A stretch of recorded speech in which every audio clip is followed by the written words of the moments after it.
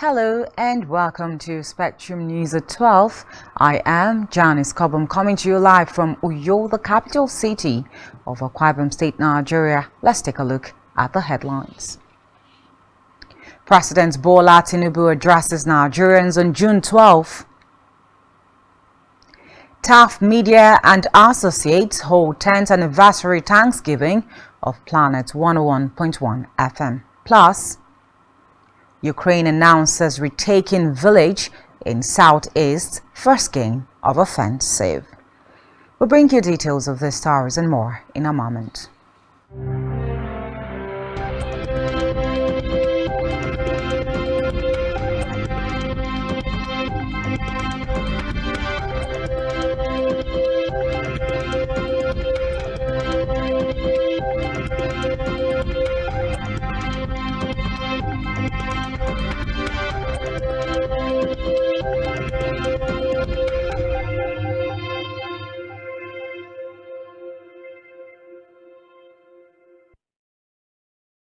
Many thanks for joining us on the news this afternoon. First in our bulletin is Nigeria's leader, President Bola Tinubu, who has addressed Nigerians on the occasion of the 2023 Democracy Day today.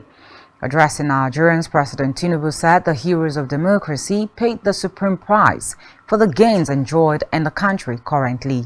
Tinubu said the 2023 general election showed that democracy is well alive in Nigeria.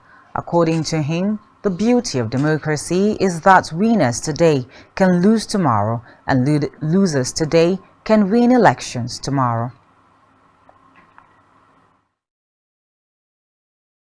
Fellow Nigerians, it is exactly 3 decades today that Nigerians went to the polls to exercise their inalienable right to elect a president of their choice to lead the transition from military dictatorship to a representative government of the people.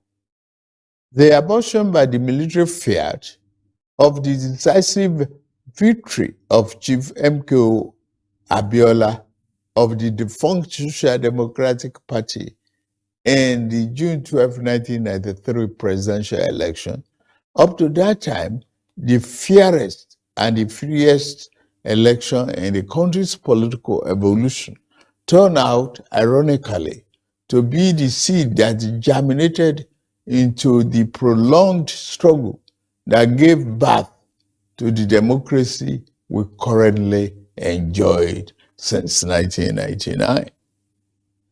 In rising to strongly oppose the arbitrary annulment of the will of the majority of Nigerians, as expressed in that historic election, the substantial number of our people who participated in the struggle to annul the election signified their fierce commitment to enthroning democracy as a form of government that best ennobles the liberty, the dignity of individual, and integrity, as well as the stability of the polity. The fierce opposition to the annulment of June 12, 1993 presidential election and unrelenting pro-democracy onslaught. Meanwhile, President Tinubu says court orders issued to truncate Nigeria's democracy will no longer be tolerated. He stated this on the occasion of the 2023 Democracy Day today. According to him, politicians have obtained court orders to upturn the electoral victories of opponents and occupy offices, noting that illegal orders will not be condoned. The president, while noting that Democracy Day celebrated yearly on June 12 in honor of the winner of the June 12, 1993 presidential elections, late Moshood Kashimawo Olawole, MKO Abiola and other heroes of democracy, said the recent harmonization of the retirement age for judicial officers is meant to strengthen the rule of law.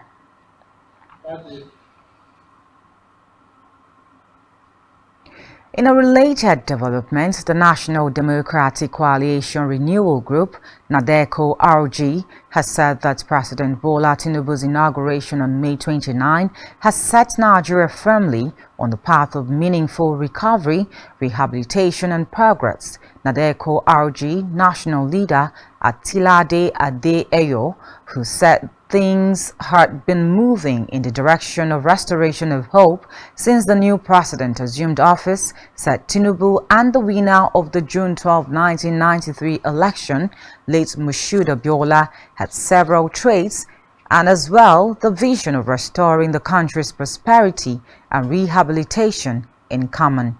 The NADECO RG, which described June 12 as a significant day in Nigeria, said on the occasion of 2023 Democracy Day, Tinubu's achievements as Lagos State Governor alongside his team of technocrats will ensure a great development of the country.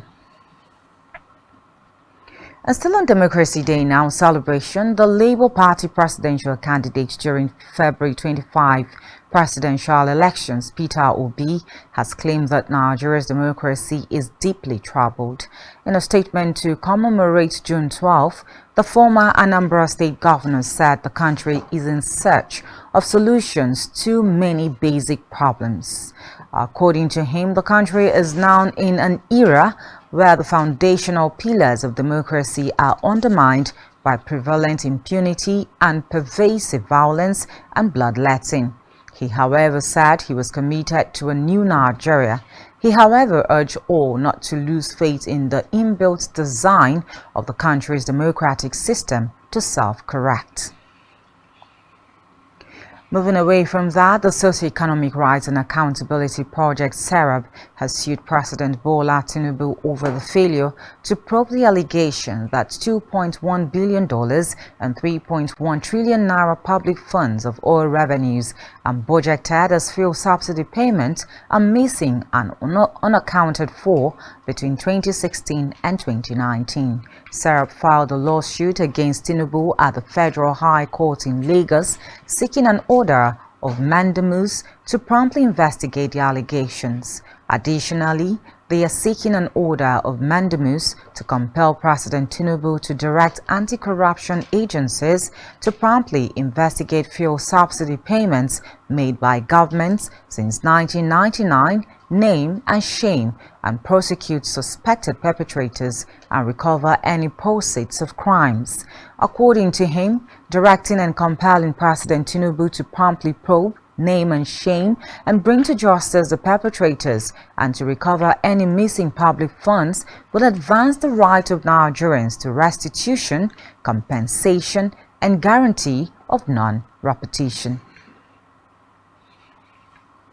And back here, Taft Media and Associates, owners of Planet FM, Tangsio, and Spectrum Television, yesterday celebrated its 10th Thanksgiving anniversary of Planet 101.1 FM at Destiny Mission Global Assembly in Uyo, Akwa Ibom State Capital. Our correspondent Esther Otoyo has more details.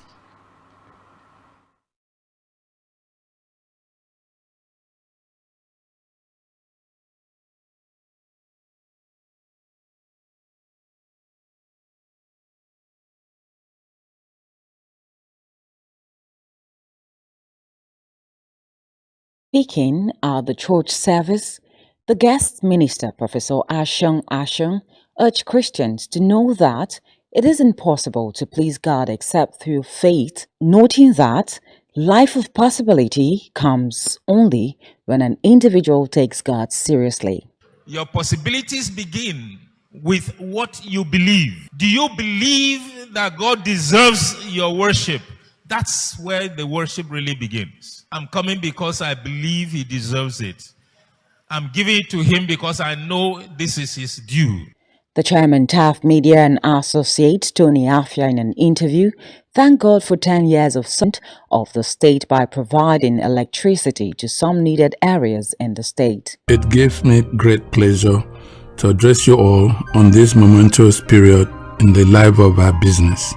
Today, Planet Radio, the decision to establish the first private radio station in the Aqua Cross region was born out of the desire and need to provide our people an independent platform.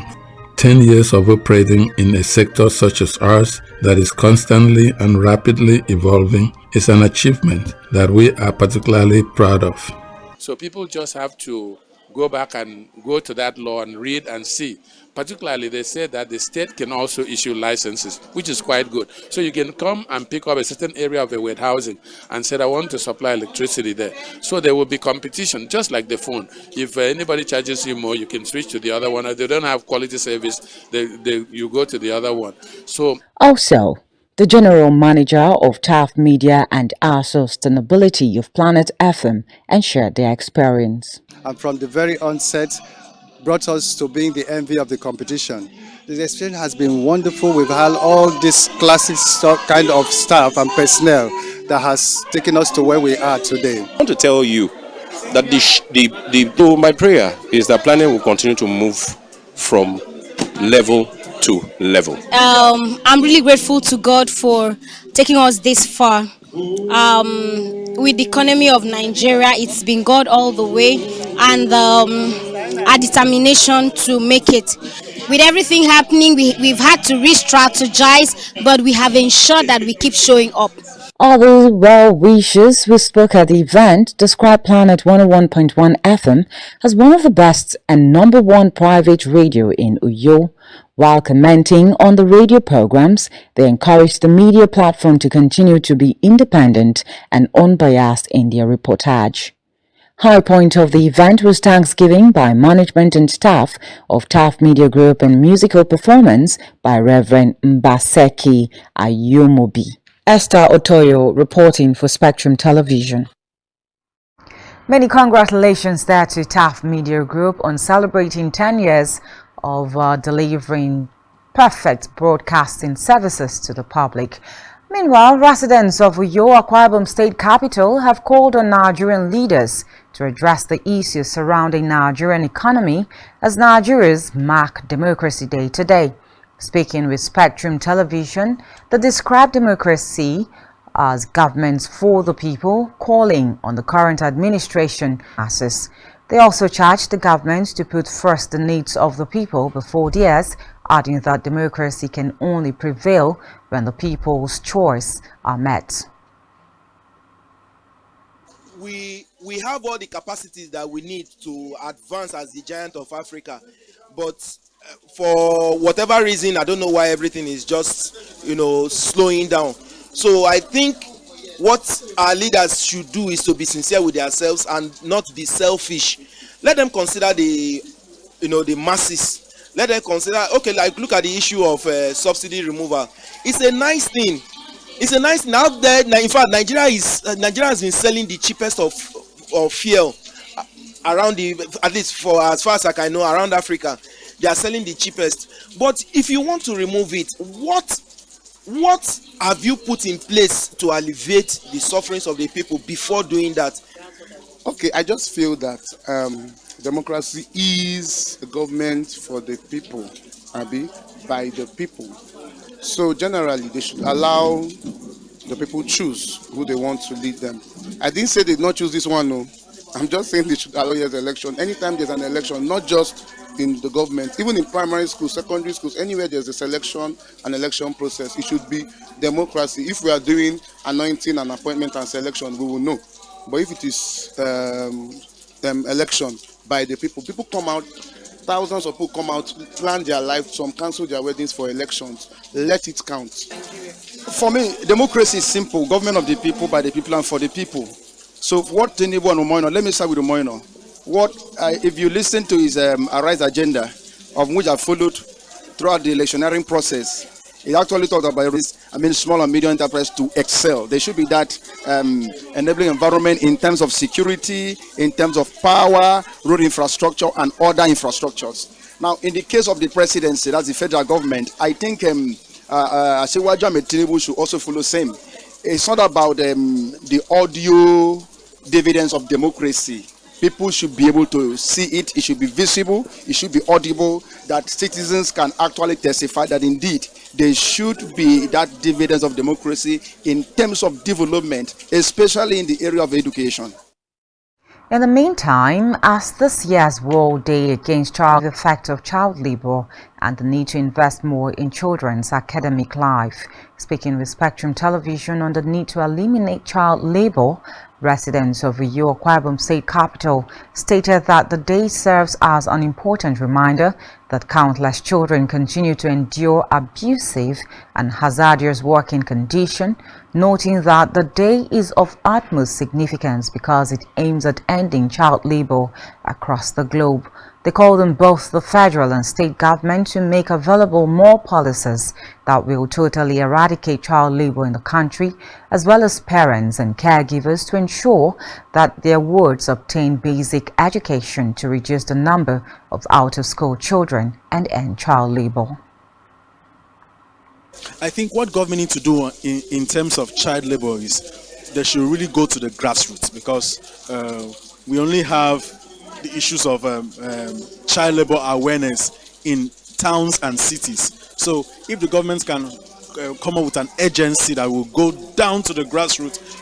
During campaigns, you see government, they go to every door, nooks and cranny. But when it comes to things like this, they only focus on the elite. So if they can expand their tentacles to go down to the villages to educate them in local dialects, not just in English, explain to them the disadvantage of not having quality education or quality welfare for your children. So you have to just see how you can have that family planning, and we need to increase more health set. All right, that child should be picked up. Possibly the parents should be arrested. As a father, as a mother, you should try to get them. So these policies, when put in place, will ensure that the children are out of the streets, back to school. There's nothing wrong coming back from school and running business, but when you are actually in the street, roaming around the street during school hour, it's something that government need to make a policy either to protect these children from malhandling of the parents or guardians or caregivers. So that's what I think the government should do. There should be that policy, and then they should invest in education. Like I said, policies, and also making sure that the people who are culprits are dealt with, and the public should know about it, because most times when these crimes are committed, they are put behind bars and more publicity is not done for people to know about it. But at least when it's publicized, people get to know that when this is done. $1 of financial assistance to Tunisia as part of a proposed wider agreement encompassing action to tackle migration. The head of the European Union Commission, Ursula von der Leyen, the Prime Ministers of Italy and the Netherlands, Giorgia Meloni and Mark Rutte, have been holding talks with President Kais Saied. Von der Leyen said the EU would provide Tunisia with over $100 million this year for border management, search and rescue, and returning migrants. She stressed that both sides wanted to break what she called the clinical business model of people smugglers.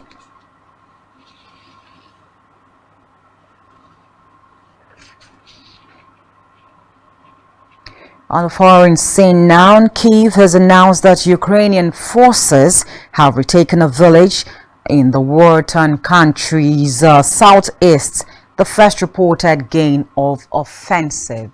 Ukraine's ground forces said in a statement that soldiers of the 68th Separate Ranger Brigade had liberated the settlement of Blogodante in the eastern region of Donetsk. The ground forces released a video showing soldiers carrying a Ukrainian flag into a destroyed building. Another military spokesman, Valery Sheshen, said in a televised remarks that the retaken village was located on the border of the region of Donetsk and the southern region of Zaporizhia, where Moscow has reported heavy Ukrainian assaults over the past weeks.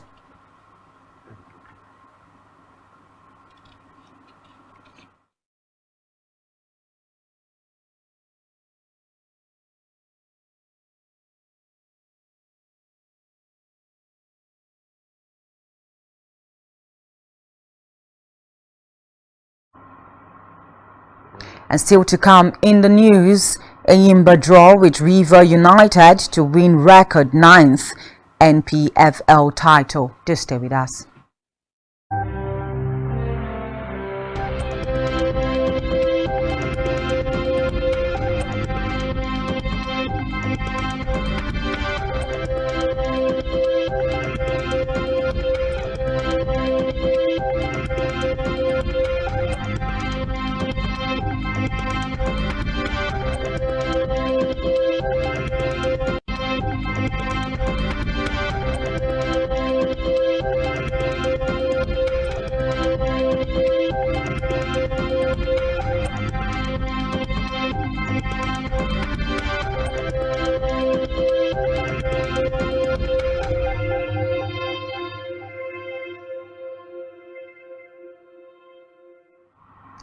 Many thanks for still being there. Now to the rest of our stories.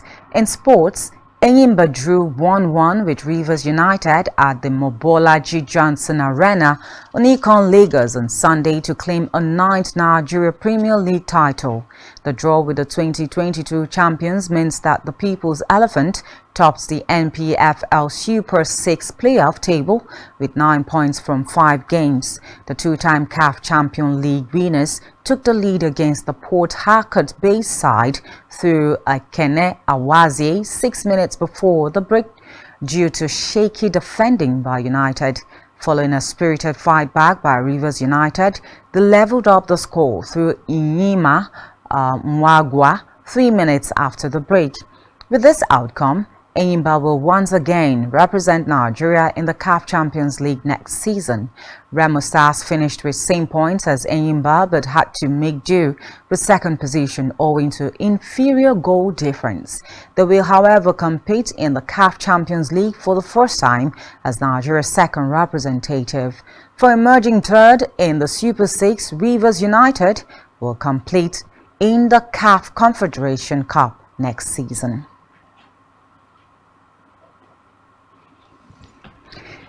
And that's all we have for you on the news at this time. Do well to follow us on all our social media handles, all of which you can find on our website at spectrumtv.ng. And do ensure to subscribe to your YouTube channel. You have been watching the Spectrum News at 12. My name is Janice Cobham. Do have a good afternoon.